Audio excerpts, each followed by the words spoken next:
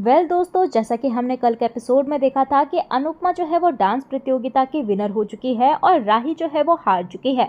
तो दोस्तों, ऐसे में आज हम देखेंगे कि अनुपमा जो है वो सभी से पूछते हुए नजर आने वाली है कि दुनिया की सबसे अच्छी टीम कौन सी है। सभी यहाँ पर अनुपमा की बातें सुनकर हैरान होते हुए नजर आते हैं। तो अनुपमा यहाँ पर दोबारा पूछती है तो सभी यहाँ पर डांस रानीज का नारा लगाने लगते हैं। वहीं अनुपमा पूरी टीम के साथ अपनी खुशी मनाते हुए नजर आती है और चीयर्स करती है।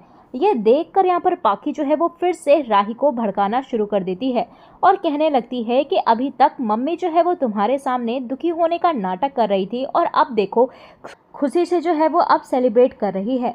तभी अनुपमा यहाँ पर सबके साथ खुश होती है और वहीं राही भी यहाँ पर मन ही मन गुस्सा होती है। इसके बाद यहाँ पर राही जो है वो कोठारी परिवार के पास आती है तो मोतीबा यहाँ पर राही को ताना मारना शुरू करती है और कहने लगती है कि खेल में हार बर्दाश्त की जा सकती थी लेकिन जंग में नहीं, और ये कंपटीशन ही जंग था।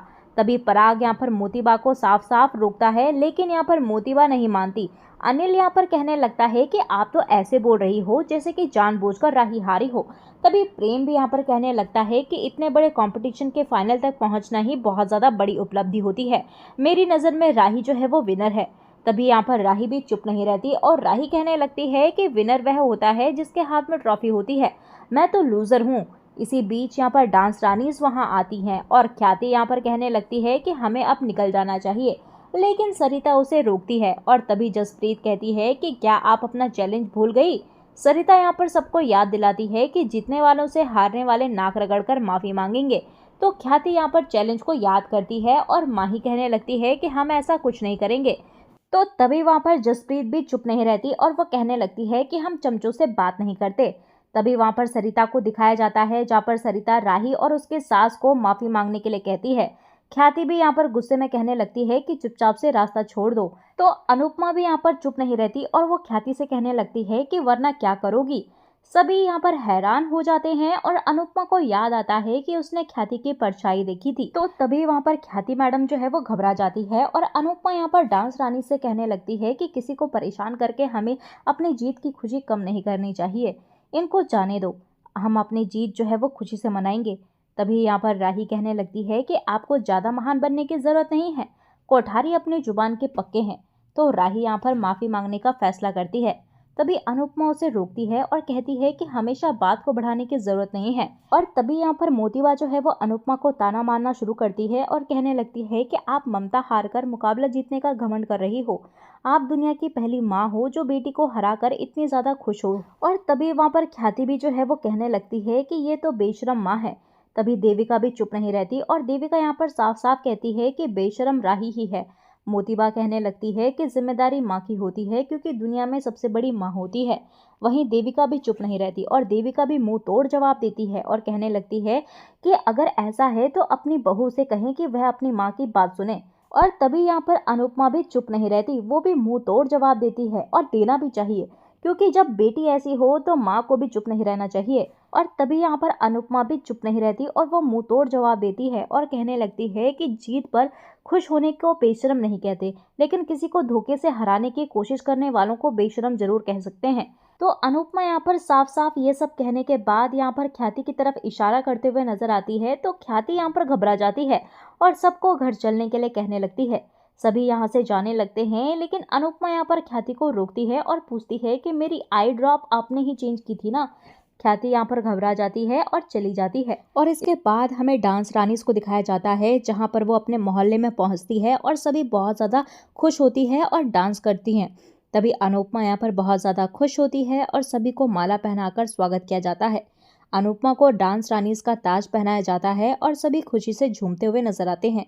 इसी बीच यहाँ पर अनुपमा को अपने अतीत के दिन याद आने लगते हैं तो अनुपमा यहाँ पर अपनी पुरानी यादों में खो जाती है। और वहीं पर मोहल्ले की जो सारी औरतें होती हैं वो लीला को बधाई देते हुए नजर आती है कि अनुपमा ने पूरे मोहल्ले का नाम जो है वो रोशन कर दिया है।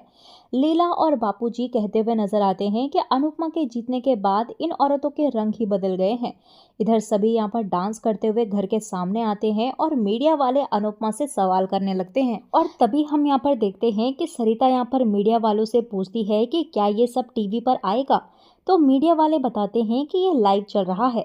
तभी अनुपमा यहाँ पर सरिता को लाइव का मतलब समझाती है तो सरिता अपने पति से कहती है कि हम जीत गए। वह ट्रॉफी दिखाती है और खुश होकर डांस करने लग जाती है। सभी खुशी से झूमते हैं और इसी बीच यहाँ पर अनुपमा को राही की बातें याद आती हैं। वह दुखी हो जाती है। वहीं देविका उसे नोटिस करती है तो उसे डांस करने के लिए कहती है।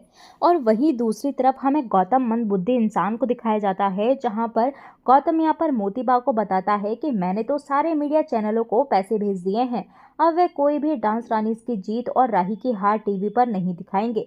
तभी मोतीबा कहने लगती है कि खबर आने से कुछ नहीं होगा, हम तो वैसे भी हार चुके हैं। वहीं गौतम कहने लगता है कि आज के ज़माने में कोई भी जीत न्यूज़ में आए ना तो वह शाम की बात रह जाती है। मैं इस जीत को सोशल मीडिया से भी हटवा दूंगा। तभी पराग यहाँ पर उनकी बातें सुन लेता है और वहाँ आता है। सभी उसको देखकर हैरान हो जाते हैं। पराग कहने लगता है कि अभी तो ये सिर्फ एक शाम की हार थी, लेकिन अगर आप लोगों ने ऐसा सचमुच किया तो ये सारी जिंदगी की हार बन जाएगी। हार से सबक वही सीखते हैं जो हार मान लेते हैं। ख्याति कहने लगती है कि हार का मतलब ये नहीं कि सामने वाला हमें नाक रगड़ने के लिए कहे। तभी पराग यहाँ पर ख्याति से पूछता है कि नाक रगड़ने का चैलेंज किसने दिया था, और तभी यहाँ पर ख्याति जो है वो चुप हो जाती है।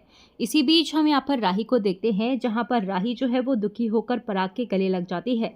राही कहती हुई नजर आती है कि मैंने आपका सर झुका दिया, मुझे माफ कर दो। और तो तभी यहाँ पर पराग जो है वो राही को शांत रहने के लिए कहता है और कहने लगता है कि तुमने कोशिश की, उसी में मुझे तुम पर बहुत ज्यादा गर्व है। और तभी यहाँ पर राही जो है वो बहुत ही ज्यादा परेशान होती है और कहने लगती है कि मैंने आप सब लोगों की नाक कटवा दी, मैंने आपका भरोसा तोड़ दिया।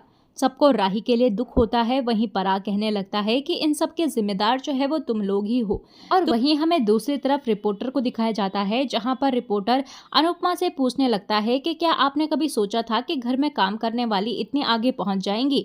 तो अनुपमा यहाँ पर साफ कहती है कि क्या घर में काम करने वाली में हुनर नहीं होता, क्या घर में काम करने वाली को इतने बड़े कॉम्पिटिशन में हिस्सा लेने का अधिकार नहीं होता, क्या जीत पर उनका हक नहीं होता। तो अनुपमा की ऐसी बातें सुनकर सभी जो है वो प्रभावित होते हैं और तालियां बजाते हुए नजर आते हैं। और वहीं दूसरी तरफ यहाँ पर तोशु महाराज जो है वो दौड़ते हुए अनुपमा के पास आता है और बचाने की गुहार लगाता है। अनुपमा गुस्से में कहती है कि तुम नहीं सुधरने वाले हो, अब तुमने क्या किया है। तभी गुंडे वहां आते हैं और अनुपमा पर बंदूक तान देते हैं। सभी घबरा जाते हैं और इसी के साथ दोस्तों एपिसोड जो है वो खत्म हो जाता है। तो दोस्तों आप में से कितने लोग जो है वो अनुपमा की जीत पर खुश हैं, आप हमें अपनी राय जो है वो कमेंट सेक्शन में ज़रूर बताइएगा।